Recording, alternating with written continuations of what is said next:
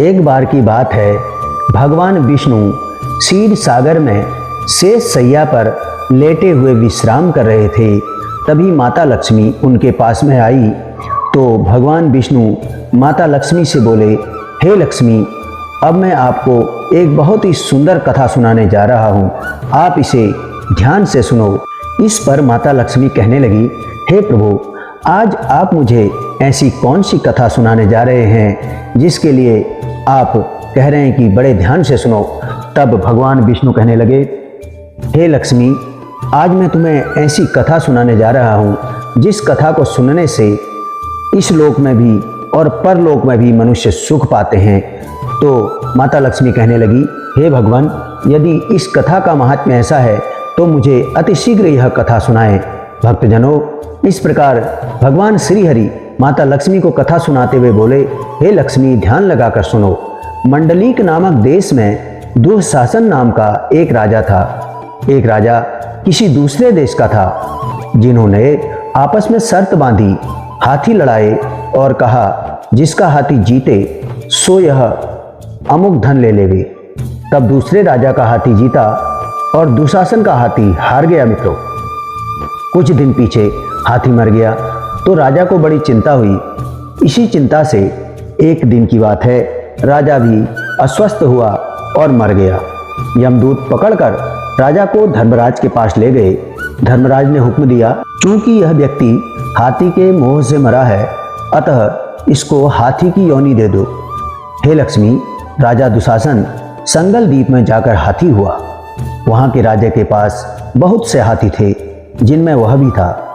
उसे पिछले जन्म की खबर पता थी। मन में बारंबार यह पछताने लगा कि मैं पिछले जन्म में राजा था, अब इस जन्म में मैं हाथी हुआ हूँ। एक दिन की बात है, एक दिन एक साधु वहाँ आया, जिसने राजा को एक श्लोक सुनाया। राजा बड़ा ही प्रसन्न हुआ और बोला, हे संत जी, कुछ मांगो। उसने कहा, मेरे पास सब कुछ है, एक हाथी नहीं है। यह सुनकर राजा ने वही हाथी जो कि पूर्व जन्म में राजा था उस संत को दे दिया। वह संत उसे अपने घर ले गया और दाना वगैरह दिया। यह देखा उसने कि वह दाना नहीं खा रहा था और वह पानी भी नहीं पी रहा था। वह रुदन कर मन में सोचने लगा, कोई ऐसा होए जो मुझे इस हाथी की योनि से छुड़ा दे। उस साधु ने महावत को बुलाकर पूछा कि इस हाथी को क्या दुख है, यह ना खाता है ना पीता है। भक्तजनों, इस पर महावत ने देखकर कहा कि इसको कुछ रोग नहीं है। तब उस साधु ने कहा, हाथी खाता पीता कुछ नहीं, खड़ा खड़ा रोता रहता है। यह सुनकर राजा स्वयं देखने को आया। राजा ने बड़े बड़े वैद्य बुलाए और महावत बुलवाए, सबको हाथी दिखलाया। उन्होंने देखकर कहा, राजा जी, इसको कोई मानसिक दुख है, देह का कोई भी दुख नहीं है। भक्तजनों, इस पर राजा ने कहा, हे हाथी, तू ही बोल, तुझे क्या दुख है। तब परमेश्वर की शक्ति से मनुष्य की भाषा में हाथी ने कहा, हे राजन, तू बड़ा धर्मज्ञ है, वह ब्राह्मण भी बड़ा बुद्धिमान है। इसके घर का अन्न जो खावे, जो बड़ा धर्मज्ञ हो। यह सुनकर ब्राह्मण ने कहा, हे राजा, अपना हाथी फेर ले। राजा ने कहा, मैं दी हुई वस्तु वापस नहीं लेता, यह हाथी मरे या जीवे। तब उस हाथी ने कहा, हे संत जी, तुम मन में यह न सोचो, तुम्हारे घर में कोई गीता की पोथी हो तो मुझे 17वें अध्याय का पाठ सुनाओ।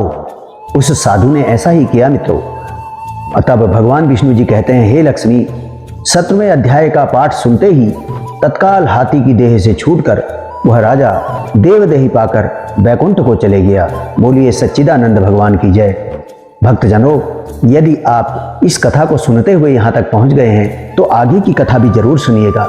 इस कथा का पुण्य उस कथा को सुनने से ही मिलेगा जिसमें आप श्री गीता जी के 7वें अध्याय का पाठ सुनेंगे। अब आपको हम सुनाने जा रहे हैं जो कथा उस साधु ने उस हाथी को सुनाई थी, वही श्रीमद् भगवद गीता के 17वें अध्याय की कथा। मित्रों, आपसे निवेदन है कि यदि आप यहाँ तक इस कथा को सुनते हुए पहुँच गए हैं तो इस कथा को अन्य लोगों के बीच में भी शेयर अवश्य करें, ताकि धर्म की यह सरिता, यह निर्मल पवित्र पावन नदी निरंतर निर्बाध रूप से धार्मिक लोगों के बीच में बहती रहे और यदि आप हमारे चैनल पर नए हैं और अभी तक आपने हमारे चैनल को सब्सक्राइब नहीं किया है भक्तजनों, तो इसे अवश्य सब्सक्राइब करें। और यदि आपको यह कथा पसंद आए तो लाइक बटन अवश्य दबा दें और अपना कोई भी विचार कमेंट बॉक्स में अवश्य दें मित्रों। तो आइए बिना देर किए इस कथा को आगे बढ़ाते हैं। कुरुक्षेत्र में अर्जुन जब अपने ही परिजनों को देखकर भाव विवल हो गए तो भगवान श्री कृष्ण उन्हें समझाते हुए कई प्रकार से प्रयत्न करने लगे। तो अब तक की आप कथाएं पीछे के अध्याय में सुन चुके हैं, तो आज हम आपको सुनाने जा रहे हैं श्रीमद् भगवद गीता के 7वें अध्याय की कथा, जो कि महाभारत के कुरुक्षेत्र में भगवान कृष्ण ने अर्जुन को सुनाई थी। यानी कि जो उपदेश भगवान कृष्ण ने महाभारत के रण क्षेत्र कुरुक्षेत्र में अर्जुन को दिए थे, वही 17वां अध्याय आज हम आपको सुनाने जा रहे हैं, जिसका जो फल है आप पहले ही सुन चुके हैं मित्रों। अर्जुन ने कृष्ण भगवान के वचन सुनकर प्रश्न किया, हे भगवान कृपा निधान, जो पुरुष अपनी बुद्धिमता से शास्त्रीय विधि को नहीं समझ सकते और जो तुम अविनाशी परमानंद को समुद्र ऐसा पहचान कर तुम्हारी शरण आते हैं, तुम्हारे भक्त होते हैं, तुम्हारा स्मरण भजन करते हैं, तीन पुरुषों को क्या शास्त्रों की विधि को पहचानना है? और हे प्रभु जी, जिन प्राणियों ने तुम परमानंद अविनाशी समुद्र को नहीं पहचाना, उन प्राणियों ने शास्त्र की विधि नहीं पहचानी। परम पवित्र पुरुषोत्तम जी, जिन मंदभाग मनुष्यों ने शास्त्र की विधि से ही जो तुम्हारा भजन है उसको त्याग कर श्रद्धा से और दूसरे देवता की सेवा पूजा की, सो हे कमल नयन, हे कृपा निधान जी, वे प्राणी राजसी हैं या तामसी, मुझे यह भेद समझाइए। मित्रों, इससे पहले के अध्यायों की व्याख्या आप पूर्व की वीडियो में सुन चुके हैं। अगर यदि आप उनको सुनना चाहते हैं तो हमारे चैनल की अन्य वीडियो पर जाकर उनको सुन सकते हैं, अपने दोस्तों में शेयर कर सकते हैं भक्तजनों। तो आइए सुनते हैं आगे की कथा। अर्जुन की ऐसी विनती सुनकर श्री कृष्ण भगवान बोले, हे अर्जुन, पूजा करने की श्रद्धा 3 प्रकार की है, जो बिना यत्न के ही मनुष्यों में जाग उठती है। ये हैं सात्विक, राजसी और तामसी। मैं उनको भिन्न भिन्न कहता हूँ। सात्विक प्रवृत्ति वाले देवताओं को पूजते हैं, राजसी प्रवृत्ति वाले यक्षों और राक्षसों को पूजते हैं और तामसी प्रवृत्ति वाले भूत प्रेतों को पूजते हैं। तब फिर भगवान कृष्ण अर्जुन से कहते हैं, हे अर्जुन, जो लोग कपट, अहंकार, काम, विषयानुराग और आग्रह युक्त शास्त्र में न कहा हुआ उग्र तप करते हैं, वे अपनी मूर्खता से न केवल अपने शरीरस्थ आत्मा को बल्कि मुझे भी कष्ट देते हैं। उन्हें निश्चय पूर्वक आसुरी जानिए। प्रत्येक को 3 प्रकार के आहार प्रिय हैं। उसी प्रकार यज्ञ, तप और दान भी 3 प्रकार के हैं, जिनके भेद कहता हूँ। आयु, सत्व, बल, आरोग्य और प्रीति को बढ़ाने वाले रस, घृत युक्त पोषण और आनंददायक आहार सात्विकों को प्रिय हैं। कड़वे, खट्टे, नमकीन, गर्म, तीखे, रूखे, चरपरे तथा दुख, शोक और रोगजनक भोजन राजसी लोगों को प्रिय हैं। और प्रहरों का रखा हुआ नीरस, दुर्गंध युक्त, बासी, उच्छिष्ट, अपवित्र भोजन तामसी लोगों को अच्छा लगता है। हे अर्जुन, यज्ञ करना ही है, ऐसा मन को दृढ़ करके फल की इच्छा बिना विधि पूर्वक जो किया जाता है वह सात्विकी है। हे भारत श्रेष्ठ, फल की कामना से और लोक दिखावे के लिए जो यज्ञ कर किया जाता है उसे राजस जानो, और शास्त्र की विधि से हीन, अन्नदान रहित, मंत्रहीन और बिना श्रद्धा से किया हुआ यज्ञ तामस कहलाता है। देवता, द्विज गुरु और विद्वान का पूजन, पवित्रता, सरलता, ब्रह्मचर्य और अहिंसा का आचरण, यह शारीरिक तप है। जिस वाक्य से किसी का दिल ना दुखे, सत्य, प्रिय, हितकारी भाषण, स्वाध्याय का अभ्यास वाचिक तप है। मन की प्रसन्नता, चित्त की शांति, मौन, आत्मनिग्रह और निष्कपट रहना, यह मानसिक तप है।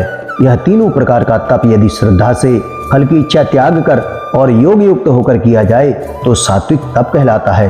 हे अर्जुन, जो यज्ञ अपना आदर और बड़ाई कराने के लिए दंभ पूर्वक किया जाता है वह अनिश्चित और क्षणिक तप राजस है।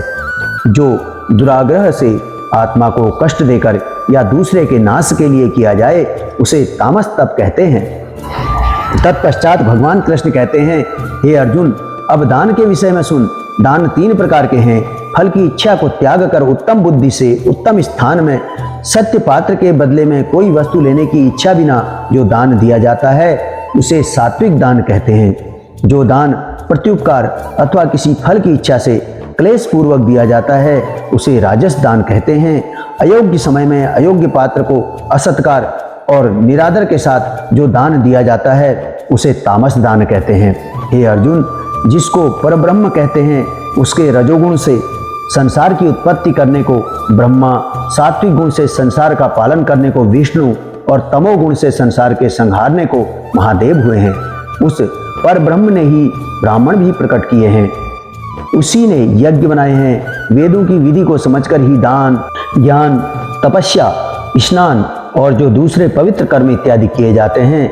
अब यज्ञ, दान और तपस्या का फल सुन। हे अर्जुन, जो प्राणी इसका फल नहीं मांगते, केवल मुक्ति की इच्छा रखते हैं, उन्हें ही मुक्ति मिलती है। और जो प्राणी किसी कामना को लेकर शुभ कार्य करते हैं वे कामना को ही पाते हैं। हे अर्जुन, जो मेरा कोई भक्त प्रेम और श्रद्धा से पत्र, पुष्प, फल जो कुछ भी मुझे समर्पित करता है उसे मैं अंगीकार करता हूँ। हे अर्जुन, अब आगे की बात सुन और मैं उसको किस प्रकार करता हूँ यह सुन। प्रथम तो मुझको सत्य जाने कि यह जो कुछ भी है मैं परमेश्वर को समर्पण करता हूँ, उसे गोविंद जी अंगीकार करें और अपने आप को जाने कि मैं परमेश्वर का भक्त हूँ। अपने में और मेरे में कोई भेद न जाने और अपने मुख से कहे कि मैं मन, कर्म और वचन से परमेश्वर का दास हूँ। मेरा दास होकर वह मन, कर्म और वचन से मुझे जो कुछ भी समर्पित करता है मैं उसे अंगीकार कर लेता हूँ। ऐसे भक्त का दिया हुआ मुझको प्राप्त होता है। हे अर्जुन, जो कोई श्रद्धा से रहित होकर मेरे निमित्त कुछ पदार्थ अग्नि में होम करे, दान करे, तप करे और सत्य कर्म करे, उन्हें मैं अंगीकार नहीं करता। और जो कोई अपने पितरों के निमित्त दान करता है उसको वह भी अंगीकार नहीं करते हैं। श्रद्धा प्रेम से रहित होकर दिया हुआ दान किन्हें प्राप्त होता है यह सुन। उसका फल भूतों की देह धरकर भोगना पड़ता है। भूत प्रेत उस फल को भोगते हैं, वह मुझको प्राप्त नहीं होता और मैं भी उसे ग्रहण नहीं करता। भक्तजनों, इस प्रकार यह गीता के 17वें अध्याय की कथा थी। और आप लोग यदि इस कथा को सुनते सुनते यहाँ तक पहुँच चुके हैं तो इस कथा को अन्य लोगों के भी बीच में शेयर करके पुण्य के भागी बने मित्रों। और हम आपसे इसी सहयोग की अपेक्षा करते हैं। और यदि आप पहली बार हमारे चैनल पर आए हैं तो चैनल को सब्सक्राइब अवश्य करें मित्रों, ताकि इस प्रकार की कथाएं हम आप तक पहुंचा सकें। और हमारे चैनल को यदि आप पसंद करते हैं तो एक लाइक अवश्य करें और कमेंट बॉक्स में भी अपने मन की बात जरूर लिखें। भगवान श्री हरि विष्णु और माता लक्ष्मी हमेशा आप पर कृपा दृष्टि बनाए रखें मित्रों। जय श्री राधे कृष्णा।